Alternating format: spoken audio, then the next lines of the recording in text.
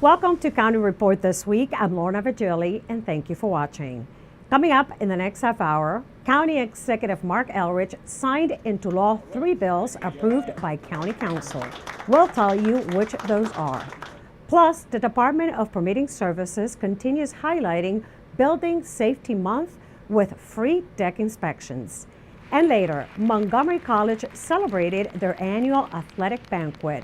We'll show you some of the highlights and tell you who the MVPs are. But first, each year, many preventable pedestrian-involved collisions occur in Montgomery County. Oftentimes, the collisions are a result of confusion among both drivers and pedestrians as to their respective responsibilities while traveling on the roadways. But a new safety tool has been put in place to keep travelers safe. Susan Kennedy has more. Pedestrians crossing Aspen Hill Road in Silver Spring can now do so with confidence. The newest high-intensity activated crosswalk beacon on Aspen Hill Road between Georgia and Connecticut Avenues is now up and running. The Hawk beacon is activated by a pedestrian, which triggers a warning flashing yellow light. The beacon then displays a solid red light to stop drivers, which allows the pedestrian to cross safely. The full Hawk signals are important because they have the red light. It's not enough to have a flashing light. Drivers have shown us repeatedly that they'll go right through a flashing light. It's just a warning. And so the red signal actually means stop. And if what we intend is for people to stop when they're in a crosswalk, then you need something that says stop, not something that says this is a warning.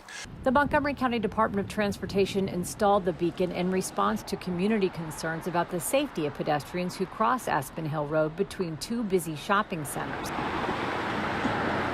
Council Vice President Sidney Katz chairs the Public Safety Committee. And today, when you have things like the Hawk signals, which absolutely save lives. In today's society, we have become so distracted, and that's from the driver and the pedestrian too in some cases. We walk with earbuds in our ear, and people, though they shouldn't be, they hold their cell phones in their hands while they're driving, and we look at other things, and we need to make certain that we are not distracted, whether there's a Hawk signal there or not. But the Hawk signal says, oh, by the way, if you are distracted, you better be cautious. The county's Vision Zero program has been in place for over a year. However, pedestrian safety still remains a challenge here in Montgomery County.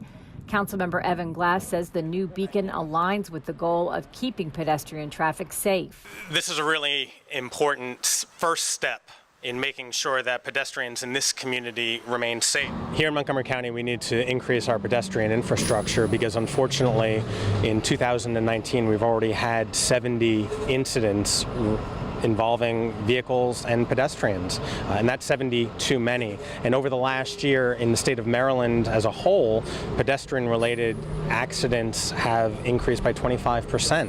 And so as much as we can, we need to increase our safety measures for pedestrians, for bicyclists, and for drivers so that not one more individual is injured or killed because of driving. The next Hawk beacon is in the design phase. It will be installed in Chevy Chase at Willard Avenue and the Hills Plaza. In Silver Spring, I'm Susan Kennedy for County Report This Week. Executive Mark Elrich held 3 separate bill signing ceremonies to enact into law legislation approved by County Council.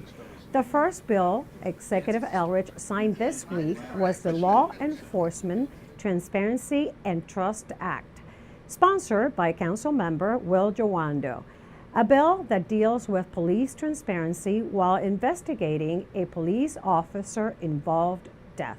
Very excited to pass my first piece of legislation today, the Law Enforcement Trust and Transparency Act, which really is aimed at rebuilding trust between the community and the police. And that's necessary because if the police are going to be able to protect and serve and do their job, the community has to believe and trust that there's no bias or potential conflict of interest. So, and this bill addresses the most serious situations when the loss of a life of a resident happens at the hands of a police officer and requires an independent investigation and the report being made public.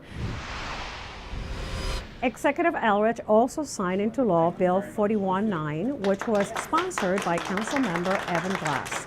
This bill prohibits county government from requesting salary history to candidates applying for personnel merit positions within Montgomery County government. This to address pay equality. When I was first inaugurated and came into office, I was hiring my team and learned that as they were getting onboarded, they were being asked their pay history to justify the salary that they would be getting in my office. And I realized that that wasn't the right thing to do, and that was the inspiration for this piece of legislation. And now we take you to the bill signing ceremony for Bill 219, which aims at lowering allowable lead levels in drinking water at Montgomery County Public Schools, and was sponsored by Council Member Tom Hector. A 2017 law statewide required all the schools to do the testing. They got the results in 2018. Now we know how much lead is in all the drinking fountains in the school. The school system, MCPS, immediately took 238 fountains out of function that came in above the state standard of 20 parts per billion, but that's way too high. So with this law, we're establishing a new, much more health protective standard for the county. MCPS has already begun taking those out of service and replacing them with new fountains. And we have ordered the Parks Department, the Library Department, and the Rec Department to do the testing as well, so they could catch up to MCPS and they could take fountains out of service that come in above this new county standard of 5 parts per billion. All these issues are kind of related to social justice. So this is all good stuff, and I think it's important. And I try to, when my colleagues, want to make a point and have a bill signing, I'm happy to accommodate them.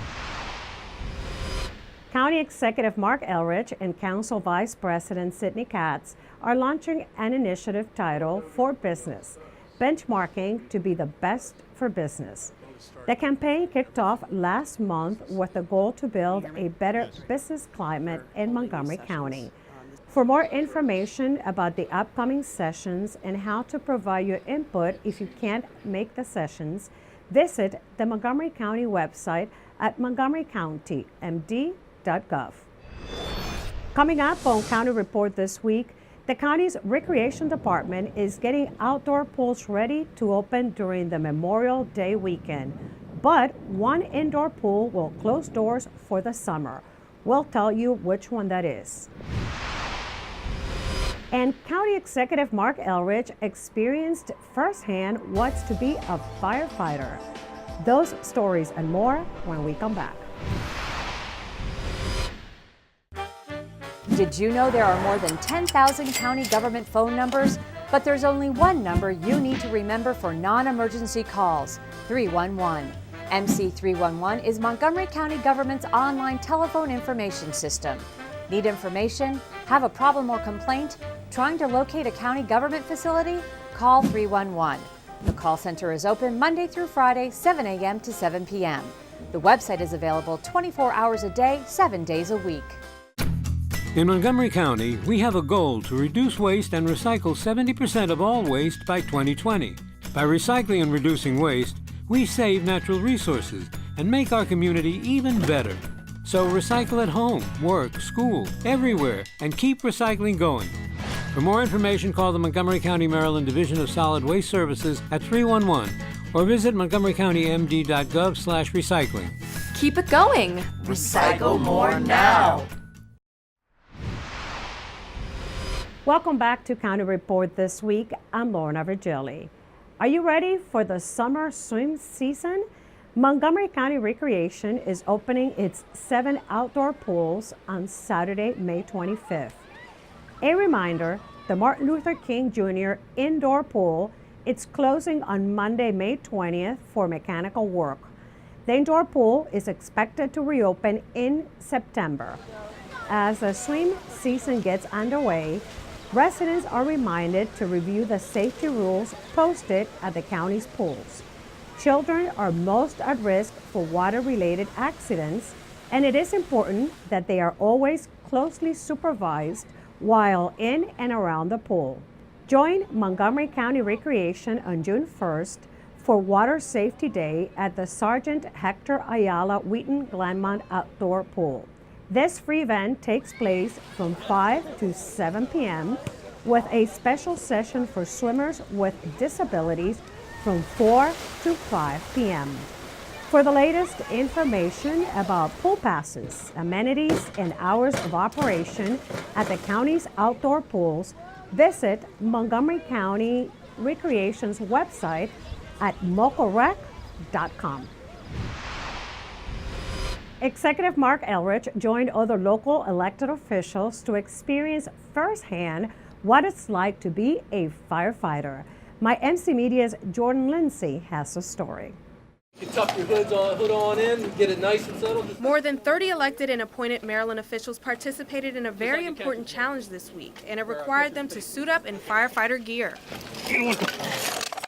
They understand it differently. They understand how the smoke is and why it's hotter at the ceiling and cooler at the floor and how that works. They're breathing through our self-contained breathing apparatus, or our BA right now. It's the first time for them. They've never been exposed to that before. It's good to come out and re-experience it. I think everybody who ever has to vote on a budget should do it, I think, because it gives you a sense of the work of the people who we're supposed to be supporting. Officials from Prince George's County, Baltimore County, and Annapolis took part in the interactive challenge at the Maryland Fire and Rescue Institute in College Park to experience firsthand what it takes to be a professional firefighter. That includes Montgomery County Executive Mark Elrich. I did the car destruction, where you cut the car apart, and you realize how many people it takes to actually cut a car apart, and just the people doing the work to get the car taken apart, not counting the people who have to be there ready to extricate. They've gone through a maze, which is a small confined space where they're crawling around, feeling around. They've cut a car apart, an auto extrication like a car crash scenario. They're now doing the fire environment. And then their last rotation is a cardiac arrest, a CPR scenario. Senator Nancy King also took part in the challenge. The equipment is so heavy. It weighs as much as I do by the time I have the boots and the pants and the jacket on. And these guys sometimes wear these all day long. In the summer, I don't know how they function because it is really heavy material. So they get to see a little bit of our work environment and see why the things are as complicated as they are, why the needs and the resources that they have provided us to answer the residents' demands. And as these folks come out, they've just experienced their first fire environment. Although they all wear different hats, they each have a similar message to sum up their experience. And I think it's just kind of understanding the complexity of what these folks do and the challenge of it. It gives me a whole new appreciation for what firefighters go through. May is Building Safety Month, and the Department of Permitting Services is encouraging county residents who are looking into doing remodeling projects in the home to do so with the proper permits. The importance of building codes is because they guarantee the safety of the public. The code requirements are minimum requirements for construction that guarantee that the buildings stay safe during natural disasters. A reminder to county residents that the Department of Permitting Services is also offering free deck inspections. To schedule one, call 311 before the end of the month. Inspections will take place until the end of June, but appointments need to be booked before May 31st. For more information about Building Safety Month, visit the DPS website at montgomerycountymd.gov/DPS. And for Building Safety Month in Rockville, the Inspection Services Division is taking part in the campaign to raise awareness about safe and sustainable structures. Rockville 11th Kathy Danzler has more. May is Building Safety Month, and this year's theme is No Code, No Confidence. Rockville's Inspection Services Division is using this month as an opportunity to bring awareness of safety and protection of buildings and the people who use them. Building Safety Month is huge for all the building departments across the country, as well as the city of Rockville. It's our opportunity to really highlight significance of enforcing building codes, administering codes and permitting for really safety of all our building construction projects, design for citizens, homeowners, as well as development projects. And each week of May is dedicated to a different aspect of public safety. The list is right there on your screen. To learn more about Rockville's Inspection Services Department, head to rockvillemd.gov/inspection services. And for more information on Building Safety Month, head to buildingsafetymonth.org. For County Report This Week, I'm Kathy Dantzler. Coming up on County Report this week, MCPS and Kit Museum join forces to showcase students' inventions. We take you to the event at Gaithersburg High School.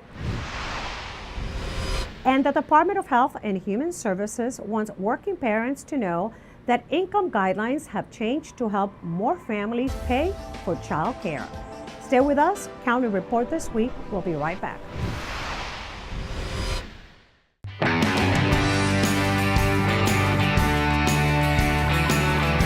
Welcome to Hometown Holidays!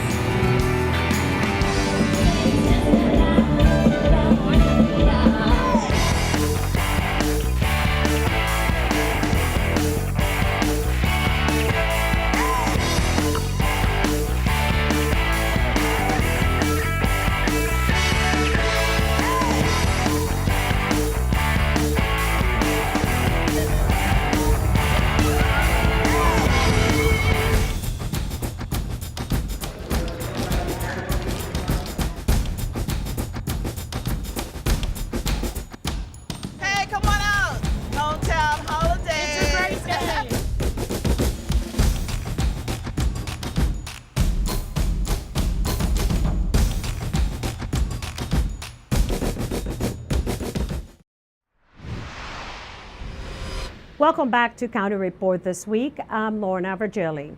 The Montgomery County Council of Parent-Teacher Associations is working hard to raise cultural awareness throughout the community.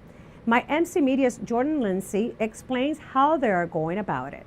MCC PTA is encouraging MCPS students, families, and staff to use resources that can help the community avoid discrimination and build multicultural awareness. One of the things that we're doing is tracking the data to see how prevalent these incidents are. And they are increasing. There were 65 incidents last year.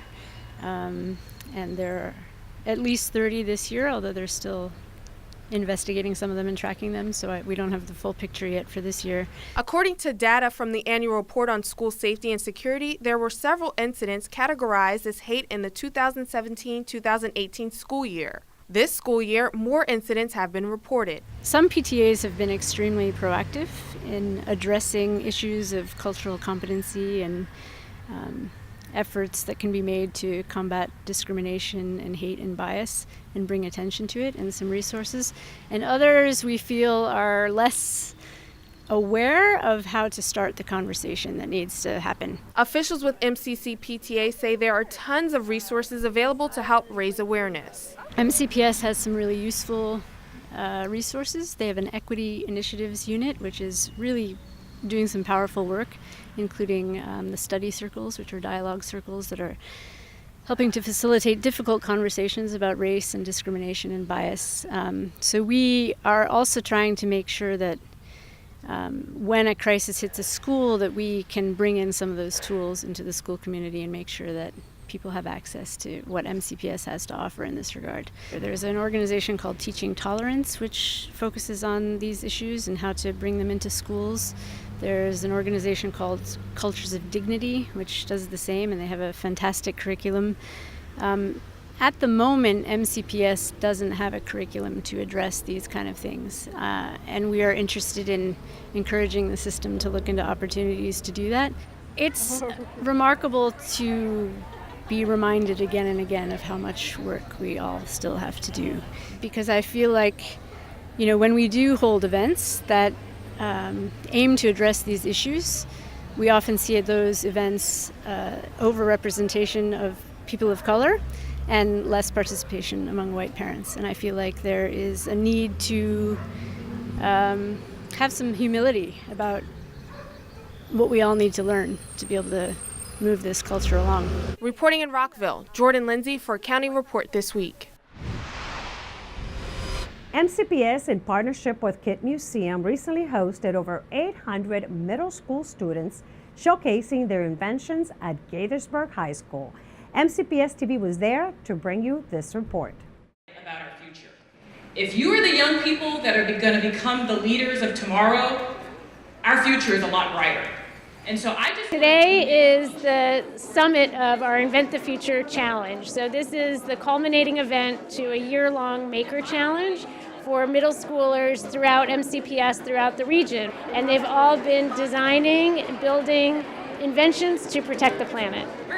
They had to come up not just with the idea, but then build a prototype of that idea to demonstrate how they could create an invention to protect life on this planet. I think it highlights and showcases some very creative ideas. I think our young people are noticing that environmental factors around them is a real issue for them as they grow up.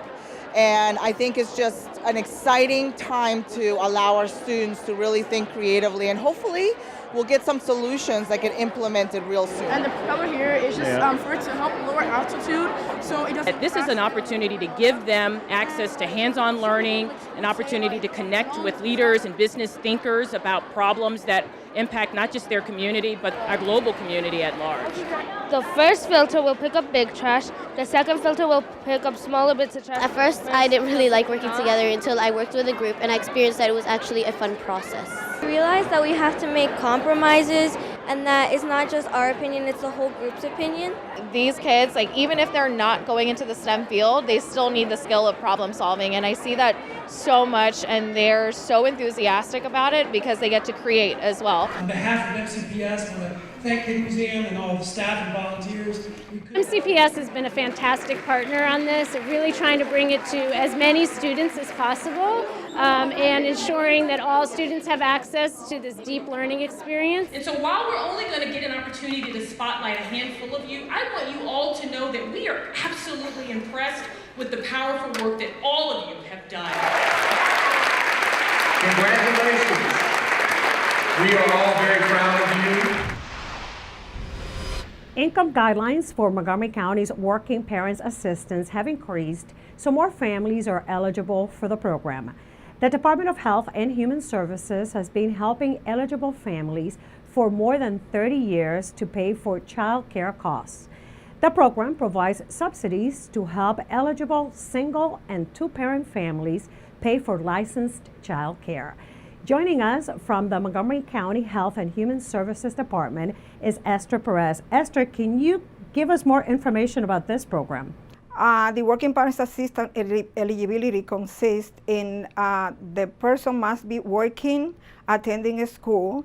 It's based on the parent's income, the child's age, and the hours of work. In order for them to be eligible, they also have to apply for court-ordered child support and also use licensed provider. When I say licensed provider, the provider can be a center or a private family home. Thank you, Esther, for that additional information. And for more information, visit montgomerykountymd.gov/WPA or call 240-777-1155. Coming up on County Report this week, Montgomery College celebrated its annual athletic banquet. We take you there. And with warmer weather, it is the return of the farmers markets throughout the county. Stay with us. We'll be right back. Interested in career success? Get to Montgomery College and we'll get you going. You can earn an associate's degree in only 2 years. With 3 campuses, award-winning faculty, and multiple online learning opportunities, Montgomery College will empower you to set your course and succeed. Want to pursue a bachelor's degree? If you start at MC, you can save 1/3 on total tuition costs of a 4-year program. Apply today.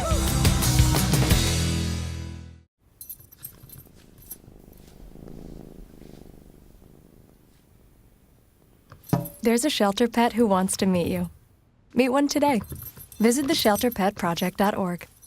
Adopt. Welcome back to County Report this week. I'm Lorna Virgili. Montgomery College held their annual athletic banquet, and MCTV's Michael Brown was the MC. Here is MCTV's Joseph Thompson with a report. Good evening and welcome to the 2019 Montgomery College Athletic Awards Banquet. We are here to celebrate another outstanding year for MC student athletes. And with that, an evening-long celebration of all things MC athletics was underway. Montgomery College President Dr. Darian Pollard sang the praises of all 10 MC teams. Where I have been most impressed with our athletics program this year, certainly when we've moved up in divisions and you all have worked hard, tremendously hard, and a lot of work there. What I will also say is that you all have been willing to show up off the court. And so when we are in front of the county council, you all have been there, done fundraisers, you've done other events for those in our community who most need us. And that, to me, is a sign of student leaders. And she praised their academic success as well as their athletic achievements. We have 6 of our athletes who've earned a perfect 4.0 GPA this year. That says something. I'm also going to say we have 39 of our athletes who have a GPA of 3.0 or better. That deserves applause.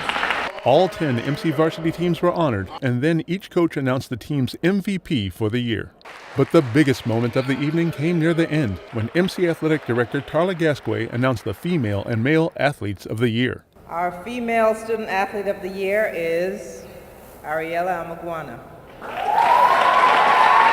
Ariella Amaguana led the women's soccer team in scoring with 26 goals and 13 assists, and made first team All-Maryland JUCO and All-Region 20. Now our male student athlete of the year. This one goes to Yunus Benmona. Yunus Benmona led the men's soccer team in scoring with 23 goals and 15 assists, and made first team All-Maryland JUCO and Region 20, and was named second team All-American. For County Report this week, I'm Joseph Thompson. Rockville Town Square turned into an art lover's dream. Check out some of the sights and sounds from the Rockville Arts Festival. Rockville Town Square turned into an art lover's dream. Check out some of the sights and sounds from the Rockville Arts Festival. Welcome to Visibility Art Lab. Welcome to Visibility Art Lab. So, it's a supported art studio. We are assistant studio for people with disabilities, and we help them promote themselves in the community.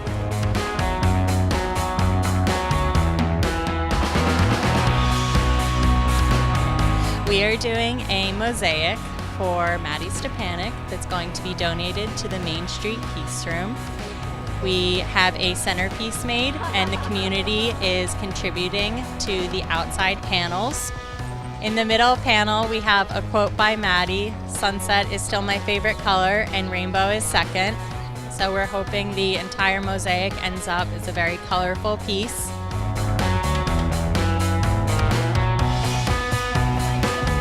It's a Japanese technique that Americans kind of made their own in the 50s, and it's several different techniques, and the really great thing about it is that nature takes its course and gives the final kiss to the pot, so it's kind of let go of control and let nature do its thing.